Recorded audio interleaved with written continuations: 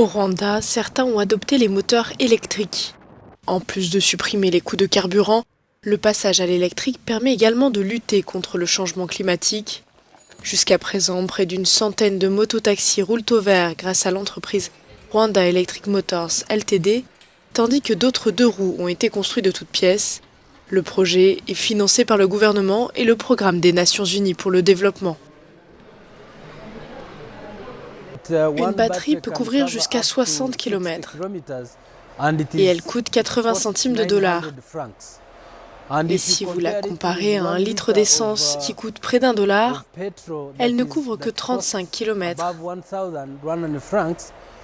Donc si vous comparez économiquement, il y a un avantage pour les conducteurs. En juillet, les taxes à l'importation des véhicules hybrides et électriques ont été supprimées par le gouvernement afin de favoriser la transition.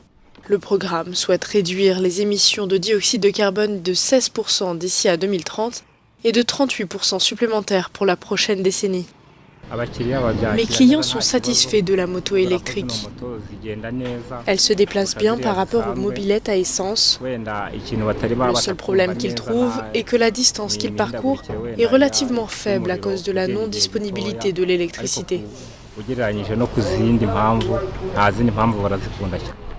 D'ici à 2030, le gouvernement a annoncé vouloir convertir 30% des motos, 20% des bus et 25% des minibus à l'énergie propre.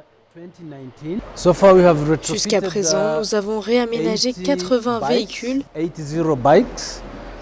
nous avons de nouvelles motos uniquement électriques, environ 200, qui sont déjà en service. Afin d'étendre le nombre de véhicules électriques, Rwanda Electric Motors doit maintenant multiplier les stations de recharge, ce qui permettra aux véhicules de parcourir de plus longues distances.